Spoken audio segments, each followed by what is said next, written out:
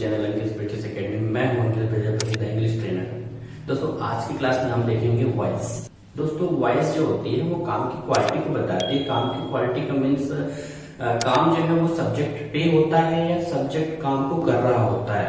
ये दो प्रकार के होते हैं, एक होता है एक्टिव वॉइस और दूसरा होता है पैसिव वॉइस। एक्टिव वॉइस क्या होता है देख लेते हैं। चलिए पॉइंट पे पॉइंट देखते हैं। पहला पॉइंट कहता है कि इसमें हमें पता होता है कि सब्जेक्ट कौन है। सब्जेक्ट कौन है मतलब काम करने वाला जो व्यक्ति है वो कौन है, ये एक्टिव वॉइस में हमको पता होता है। जैसे मैं आपको पढ़ाता हूँ तो इसमें पढ़ाने वाला व्यक्ति मैं हूँ, या इस सेंटेंस में पता है। रोहित गाना गा रहा था, इसमें काम करने वाला जो व्यक्ति है गाना गाने वाला उसका नाम रोहित है, इस सेंटेंस में पता है। तो एक्टिव वॉइस में काम कौन करता है ये हमको पता रहता है। जबकि पैसिव वॉइस में देखा जाए तो इसमें हमें पता नहीं होता कि सब्जेक्ट कौन है। कहने का मतलब काम करने वाला व्यक्ति हमें पता नहीं होता है। जैसे गाना गाया जाता है, गाना को कौन गाया नहीं पता। आम खाया जाता है, आम कौन खाया नहीं पता। लैपटॉप खरीदी जाती है, लैपटॉप को कौन खरीदा नहीं पता। तो ये पैसिव वॉइस है। तो कहने का मतलब ये है कि यदि किसी सेंटेंस से आप कौन करके क्वेश्चन करेंगे, आंसर आएगा तो एक्टिव वॉइस, नहीं आएगा तो पैसिव वॉइस। देखते हैं एग्जाम्पल से। रोहित लैपटॉप चला रहा है, कौन? रोहित। आंसर आया तो ये एक्टिव वॉइस है। और लैपटॉप चलाया जा रहा है, कौन चलाया नहीं पता, तो पैसिव वॉइस। मैं आम खाता हूं, कौन? मैं। आंसर आया मतलब ये एक्टिव वॉइस है। आम को खाया जाता है, कौन खाया नहीं पता, तो पैसिव वॉइस है। तो इस तरीके से भी आप एक्टिव वॉइस और पैसिव वॉइस को समझ सकते हैं। दूसरा पॉइंट देखते हैं। इसमें इसके हेल्पिंग वर्ब के अनुसार वर्ब की फॉर्म चेंज होती रहती है। जो देखते हैं आपने देखा होगा कि कभी इज एम आर आएगा तो वर्ब की फोर्थ फॉर्म लग जाएगी, हैज आएगा तो थर्ड फॉर्म लग जाएगी, डू डज आएगा तो फर्स्ट फॉर्म लग जाएगी। तो इस तरीके से हेल्पिंग वर्ब के अनुसार वर्ब की फॉर्म एक्टिव वॉइस में चेंज होती रहती है। इसमें सभी हेल्पिंग वर्ब के साथ वर्ब की थर्ड फॉर्म लगाते हैं। मतलब हेल्पिंग वर्ब कुछ भी रहे, आपको वर्ब की थर्ड फॉर्म ही लगानी है।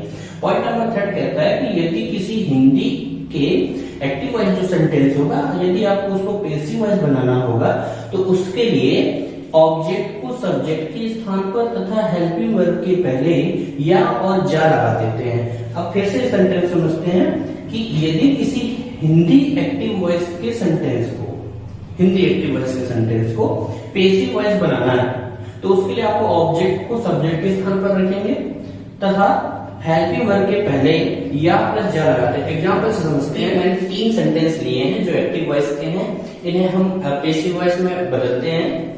इसका रूल ये है कि किसी भी हिंदी सेंटेंस को, एक्टिव वॉइस के सेंटेंस को पैसिव वॉइस बनाने के लिए उसके स्थान पर उसके ऑब्जेक्ट में, मैं अंग्रेजी पढ़ाता हूँ मतलब अंग्रेजी यहाँ पे ऑब्जेक्ट है। वह क्रिकेट खेल रहा है, इसका मतलब क्रिकेट यहाँ पे ऑब्जेक्ट है। वे गाना गा चुके होंगे, इसमें गाना ऑब्जेक्ट है। तो लिखा है कि उसके ऑब्जेक्ट को सब्जेक्ट की, मतलब ये जो ऑब्जेक्ट है उसको यहां लिख देंगे। मतलब अंग्रेजी सबसे पहले आ जाएगा, अंग्रेजी, तथा हेल्पिंग वर्ब के पहले या और जा लगाते। अंग्रेजी को आज पढ़ाना मेरा पढ़ा। अब इसका हेल्पिंग वर्ब काम, इसका हेल्पिंग वर्ब रहा है और इसका चुके होंगे। इनके पहले हमको या और जा लगाना है। तो अंग्रेजी पढ़ा का पढ़ा में बता दिया और या और जा जोड़ देते हैं। तो अंग्रेजी पढ़ाया जा, है तो ताहे लगा देते हैं। अंग्रेजी पढ़ाया जाता है। हम मात्राएं चेंज हो सकती है। दूसरा देख लेते हैं। वह क्रिकेट खेल रहा है, इसका ऑब्जेक्ट कौन? क्रिकेट। तो क्रिकेट को सबसे पहले लिखिए, क्रिकेट खेल रहा है। अब इसमें इस हेल्पिंग वर्ब के पहले हमको या और जा जोड़ना है। तो क्रिकेट खेला, अब जैसे ही मैंने इसमें खेला या आ की मात्रा लगाया वैसे ही या जुड़ गया, जा रहा है। तो या और जा जुड़ चुका है इसमें, तो क्रिकेट खेला जा रहा है बन गया। फिर वे गाना गा चुके होंगे, इसमें ऑब्जेक्ट क्या है? गाना। तो गाना का बता देते हैं, गाना गा चुके होंगे।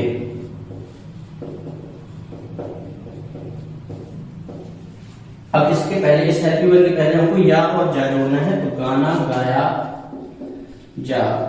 अब गाना गाया जा चुके होंगे नहीं बोलते हैं, गाना गाया जा चुका। अभी हमने देखा कि हिंदी सेंटेंस, एक्टिव वॉइस के हिंदी सेंटेंस को पैसिव वॉइस में हिंदी में कैसे कन्वर्ट करते हैं। अब हम देखेंगे कि किसी एक्टिव वॉइस के इंग्लिश सेंटेंस को पैसिव वॉइस में कैसे बदलते हैं। तो उसके लिए दोस्तों आपको 2 रूल याद करने होंगे, सिर्फ 2 रूल। बाकी के लिए मैं आपको एक ऐसा ट्रिक बताऊंगा जिसकी सहायता से आप किसी भी एक्टिव वॉइस के इंग्लिश सेंटेंस को आप पैसिव वॉइस में कन्वर्ट कर पाएंगे। तो चलिए वो देखते हैं कि 2 रूल जो हैं वो आपको कौन कौन से रूल हैं जिसे आपको याद करना होगा। तो आइए देखते हैं। एक है डू डज, इसका अगर पैसिव वॉइस बनाना है तो ये एजेमार में कन्वर्ट हो जाएगा। और यदि डिड जो है अगर एक्टिव वॉइस में डिड आ जाता है तो इसका पैसिव वॉइस अगर बनाते हैं आप तो वो वॉज वर्ब में कन्वर्ट हो जाएगा। देखिए मैंने 3 सेंटेंस लिए हैं एग्जांपल के रूप में, ये सारे सेंटेंस एक्टिव वॉइस के हैं, इसे हम पैसिव वॉइस में कन्वर्ट करेंगे। देखिएगा, जब सब्जेक्ट के बाद आपको वर्ब की फर्स्ट फॉर्म, वर्ब की फिफ्थ फॉर्म और वर्ब की सेकेंड फॉर्म मिले तो उसका मतलब डू डज और डिड से होता है। फर्स्ट फॉर्म मिलता है मतलब उसका हेल्पिंग वर्ड डू है। यदि फिफ्थ फॉर्म मिलता है इसका मतलब इसका हेल्पिंग वर्ड डज है। और यदि सेकेंड फॉर्म मिलता है इसका मतलब इसका हेल्पिंग वर्ड डिड है। तो यदि आप इसे पैसिव वॉइस में कन्वर्ट करेंगे तो पहले रूल पे जाएंगे। सबसे पहले हम इसका ऑब्जेक्ट लिखेंगे। इसमें देखिए आई ईट अ मैंगो, तो इसका ऑब्जेक्ट अ मैंगो है, तो अ मैंगो लिख देते हैं, अ मैंगो। फिर लिखेंगे हेल्पिंग वर्ब। हेल्पिंग वर्ब इसमें क्या है, V1 मतलब डू, इसका क्या बनता है passive voice, is am are. तो अ मैंगो के साथ हम इज लगाते हैं और इसके बाद वर्ब की थर्ड फॉर्म लगाएंगे। इस पर वर्ब क्या है, ईट, ईट का थर्ड फॉर्म होता है ईटन।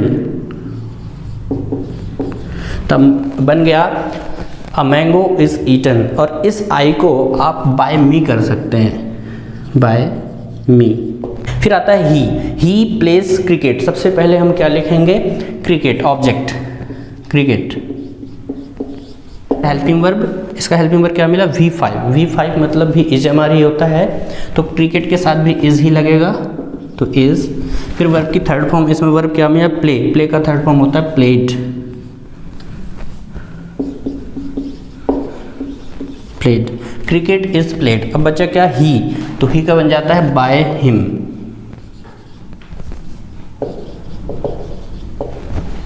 यहाँ पे आपको बाय लगा के इनका ऑब्जेक्टिव प्रोनाउन लिखना है। क्या लिखना है, इनका ऑब्जेक्टिव। नेक्स्ट सेंटेंस को देखते हैं। सबसे पहले ऑब्जेक्ट लिखेंगे, इसमें ऑब्जेक्ट निकाल लेते हैं, अ सॉन्ग। हेल्पिंग वर्ब लिखते हैं सैंग, मतलब वर्ब की सेकेंड फॉर्म, वर्ब की सेकेंड फॉर्म मतलब वॉज वर्ब, तो अ सॉन्ग वॉज। फिर वर्ब की थर्ड फॉर्म लिखना है, इसमें वर्ब मिला सैंग। सैंग का फर्स्ट फॉर्म होता है सिंग, सेकेंड फॉर्म सैंग और थर्ड फॉर्म संग, तो संग। फिर सी का बन जाएगा हर, तो बाय हर। तो इसमें हमें बाय लगा के और इनका जो सब्जेक्ट इसमें आए हुए हैं उनका ऑब्जेक्टिव प्रोनाउन लिखना है। क्या लिखना है हमें, इनका ऑब्जेक्टिव प्रोनाउन लिखना है। तो इस तरीके से आप इन सेंटेंसेस को पैसिव वॉइस में कन्वर्ट कर सकते हैं। केवल आपको सिर्फ इतना याद रखना है कि यदि सब्जेक्ट के बाद वर्ब की फर्स्ट फॉर्म, वर्ब की फिफ्थ फॉर्म मिले तो उसे इज एम आर बना देते हैं, और सब्जेक्ट के बाद यदि वर्ब की सेकेंड फॉर्म मिले तो वॉज वर्ब बनाते हैं। केवल आपको इतना ही याद रखना है। बाकी के लिए मैं एक ट्रिक बताता हूँ। तो देखिए मैंने कुछ और एग्जांपल्स लिए हैं एक्टिव वॉइस से, उसे हम पैसिव वॉइस में चेंज करते हैं। तो अभी हमने देखा कि किसी भी एक्टिव वॉइस के सेंटेंस को पैसिव वॉइस में बनाने के लिए हमें इस रूल का यूज करेंगे। पहले ऑब्जेक्ट लिखेंगे, फिर हेल्पिंग वर्ब लिखेंगे, फिर वर्ब की थर्ड फॉर्म लिखेंगे। चलिए इनको चेंज करके देखते हैं। पहले ऑब्जेक्ट लिखते हैं, एक सेंटेंस है he is singing a song. Object इसका क्या है, अ सॉन्ग, उतार देते हैं अ सॉन्ग। फिर लिखना है हेल्पिंग वर्ब, इसमें हमें हेल्पिंग वर्ब इज है। तो दोस्तों ये जो इज है वो एक्टिव वॉइस का हेल्पिंग वर्ब है, ये पैसिव वॉइस का हेल्पिंग वर्ब नहीं है। तो जब किसी एक्टिव वॉइस के हेल्पिंग वर्ब को पैसिव वॉइस में हम उसे बनाएंगे तो उसमें हम बी जोड़ देते हैं। क्या जोड़ देते हैं, बी जोड़ देते हैं। लेकिन माइंड ये करिएगा कि जब आप किसी भी एक्टिव वॉइस के हेल्पिंग वर्ब को पैसिव वॉइस बनाएंगे तो बी जब जोड़ेंगे तो बी का वही फॉर्म जोड़िएगा जो फॉर्म उसके साथ लग के आई हो। तो जैसे देखते हैं, जैसे इसमें इज हेल्पिंग वर्ब है और इज के साथ आईएनजी आई है, तो हम बी का आईएनजी फॉर्म जोड़ेंगे। चलिए एग्जांपल से देख लेते हैं। जैसे हमने ऑब्जेक्ट लिख दिया अ सॉन्ग, तो अ सॉन्ग हेल्पिंग वर्ब है इसमें इज, तो इस उतार देते हैं। फिर हमको क्या करना है, इसका पैसिव वॉइस बनाने के लिए बी जोड़ेंगे, लेकिन बी का कौन सा फॉर्म जोड़ेंगे, इसके साथ जो भी फॉर्म आई हो, जिसमें इसमें आईएनजी आई है तो हम बी का आईएनजी फॉर्म जोड़ेंगे, बीइंग। फिर वर्ब की थर्ड फॉर्म सिंग, सिंग का थर्ड फॉर्म क्या होता है, संग। तो अ सॉन्ग इज बीइंग संग, और ही का ऑब्जेक्टिव प्रोनाउन होता है हिम, तो बाय लगा के हम हिम लिख देते हैं। नेक्स्ट है आई हैव प्लेड क्रिकेट, इसका ऑब्जेक्ट क्या है, क्रिकेट, क्रिकेट उतार देते हैं, क्रिकेट। फिर लिखेंगे हेल्पिंग वर्ब, इसका हेल्पिंग वर्ब हैव है, तो याद रखिएगा कि हैव जो है वो आई के साथ लगा हुआ है, लेकिन क्रिकेट के साथ तो हैज़ लगता है, तो क्रिकेट हैज़।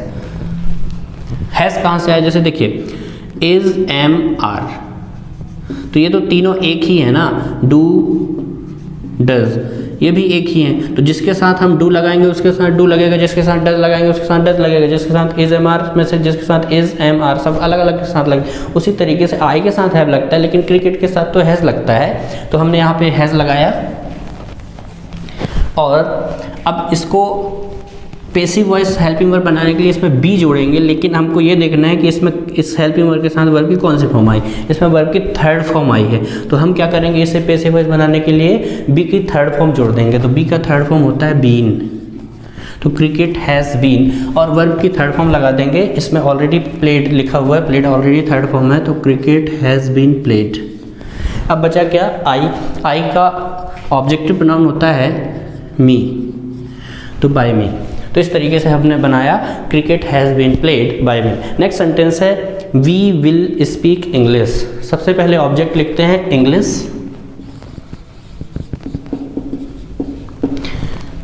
फिर आता है हेल्पिंग वर्ब, इसमें हेल्पिंग वर्ब क्या है, विल। इसे पैसिव वॉइस बनाने के लिए हम इसमें बी जोड़ देंगे, बी का कौन सा फॉर्म जोड़ते हैं देखते हैं। विल के साथ इसमें कौन सा फॉर्म आया, first form, speak already first form है, तो हम इसमें बी का फर्स्ट फॉर्म जोड़ेंगे, तो फर्स्ट फॉर्म हमने जोड़ दिया। फिर वर्ब की थर्ड फॉर्म, स्पीक का थर्ड फॉर्म स्पोकन,